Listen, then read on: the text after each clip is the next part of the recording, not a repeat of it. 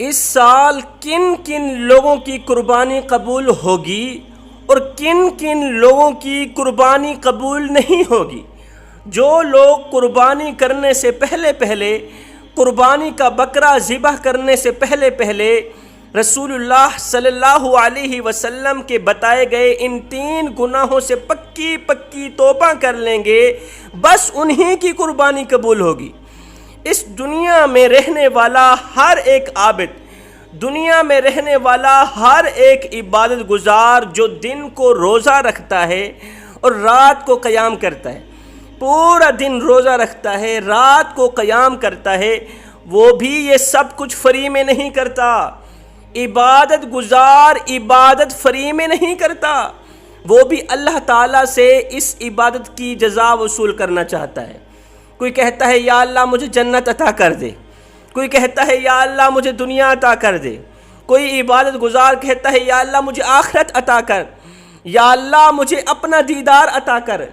ہر ایک بندہ جزا پر اپنے رب کی رضا کو مانگتا ہے۔ دنیا میں رہنے والا کوئی بھی انسان بغیر کسی جزا کے، بغیر کسی اجر کے، بغیر پیسوں کے کام نہیں کرتا بھائیو۔ یہاں تک کہ عبادت گزار بھی، عبادت گزار کے اوپر اگر کوئی پریشانی آن پڑے، کوئی دکھ آن پڑے تو وہ بھی اللہ رب العالمین کی پاک بارگاہ میں شکوہ کرتا نظر آتا ہے، یا اللہ تو نے مجھے عبادت کی جزا پر یہی پریشانی دینی تھی، تو نے مجھے محنت کے اجر پر یہی دکھ دینے تھے۔ وہ بھی اللہ کی بارگاہ میں شکوے کرنے لگ جاتا ہے۔ مزدور اس وقت تک دوسرے دن کام نہیں کرتا جب تک اسے پہلے دن کی پوری اجرت نہ دی جائے، جب تک اسے پہلے دن کی پوری مزدوری نہ دی جائے۔ کتنی بڑی افسوس کی بات ہے، کتنے بڑے دکھ کی بات ہے کہ ایک لاغر انسان، کمزور انسان، دکھوں کا مارا، دردوں کا مارا، جو دن رات ایک کر کے محنت مزدوری کرتا ہے۔ اگر میں کسی عابد کی بات کروں تو صبح دن کو روزہ رکھتا ہے، پوری رات قیام کرتا ہے، تہجد پڑھتا ہے، محنت کرتا ہے، لیکن جب اللہ کی طرف سے جزا ملنے کی باری آتی ہے تو اس کی تمام عبادت اس کے منہ پہ مار کے رکھ دی جاتی ہے۔ اللہ فرماتا ہے مجھے تیری عبادت کی ضرورت ہی نہیں، اس کی محنت ضائع ہو جاتی ہے۔ اس سے بڑی دکھ کی بات کون سی ہو سکتی ہے کہ انسان کی ساری زندگی کی عبادت اس کے منہ پہ مار کے رکھ دی جائے، انسان کی ساری زندگی کی محنت ضائع ہو جائے۔ اس سے بڑی ارمان والی بات کون سی ہو سکتی ہے؟ یہ کتنے بڑے دکھ کی بات ہے، کتنی بڑی افسوس کی بات ہے۔ سنو، رسول اللہ صلی اللہ علیہ وسلم نے فرمایا صحابہ دنیا میں 3 بدقسمت لوگ ایسے رہتے ہیں جن کی نہ تو نفلی عبادت قبول ہوتی ہے اور نہ ہی تو فرضی عبادت قبول ہوتی ہے، جن کی نہ نماز قبول ہوتی ہے، نہ حج قبول ہوتا ہے، نہ زکوٰۃ دی قبول ہوتی ہے۔ منڈی میں جاتے ہیں، 50 لاکھ کا جانور خرید کر آتے ہیں، ذبح کرتے ہیں، ان کو جزا ہی نہیں ملتی، ان کی یہ عبادت قبول ہی نہیں ہوتی۔ صحابہ کرام نے دریافت کیا یا رسول اللہ ہمیں بتایا جائے آخر وہ 3 بدقسمت لوگ ہیں کون کون؟ فرمایا نمبر 1 احسان جتلانے والا، نمبر 1 احسان جتلانے والا۔ فرمایا تمام جانوروں میں سے جس جانور کو اللہ تعالیٰ نے سب سے زیادہ قوت عطا کی ہے، طاقت عطا کی ہے، وہ شیر ہے۔ شیر کو اللہ تعالیٰ نے تمام جانوروں میں سے بہت زیادہ طاقت سے نوازا، بہت زیادہ قوت سے نوازا۔ شیر چاہے تو اللہ تعالیٰ کی دی گئی طاقت کی بدولت اپنے سے بڑے جانور کو بھی زمین پہ لٹا سکتا ہے، اپنے سے بڑے جانور کو بھی چیر پھاڑ کے کھا سکتا ہے، اللہ تعالیٰ کی دی گئی طاقت کی بدولت۔ فرمایا جس طرح شیر کے پاس اتنی طاقت ہے کہ وہ اپنے سے بڑے جانور کو زمین پہ بچھاڑ سکتا ہے، سیم اسی طرح تمام گناہوں میں سے ایک گناہ ہے جس کا نام احسان جتلانا ہے۔ یہ گناہ ایسا ہے جو انسان کی تمام نیکیوں کو اجاڑ سکتا ہے، تمام نیکیوں کو اس طرح کھا سکتا ہے جس طرح آگ لکڑی کو کھاتی ہے۔ رسول اللہ صلی اللہ علیہ وسلم نے فرمایا صحابہ دنیا میں 3 بدقسمت لوگ ایسے ہیں جن کو قیامت کے دن اللہ تعالیٰ نہ تو ان کی طرف دیکھے گا، نہ تو ان کی طرف نظر رحمت فرمائے گا، نہ تو نظر کرم فرمائے گا۔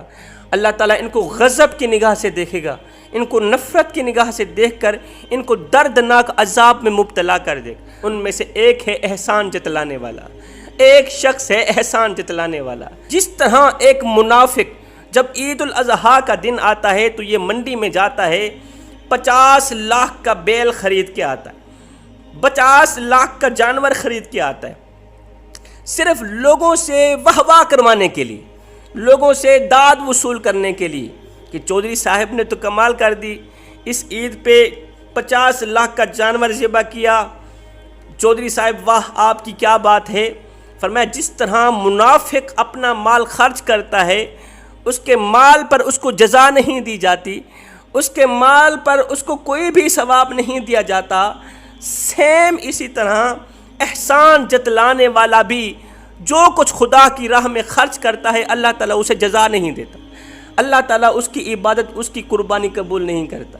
رسول اللہ صلی اللہ علیہ وسلم نے فرمایا میری امت کا مسلمان مومن جب زنا کر رہا ہوتا ہے اس وقت حالت ایمان میں نہیں ہوتا، جس وقت وہ چوری کر رہا ہوتا ہے حالت ایمان میں نہیں ہوتا، کسی کو دکھ دے رہا ہوتا ہے، احسان جتلا رہا ہوتا ہے، اس وقت ایمان سے خالی ہوتا ہے۔ ایمان سے بتائیے، ایمان سے بندہ خالی ہو، احسان جتلاتے وقت ہی موت آ جائے تو کیا خیال ہے ایمان کی حالت میں مرو گے؟ ہرگز نہیں، کیونکہ ایمان سے تو بندہ خالی ہوگا، اگر ایمان ہو بھی صحیح تو کس کام کا۔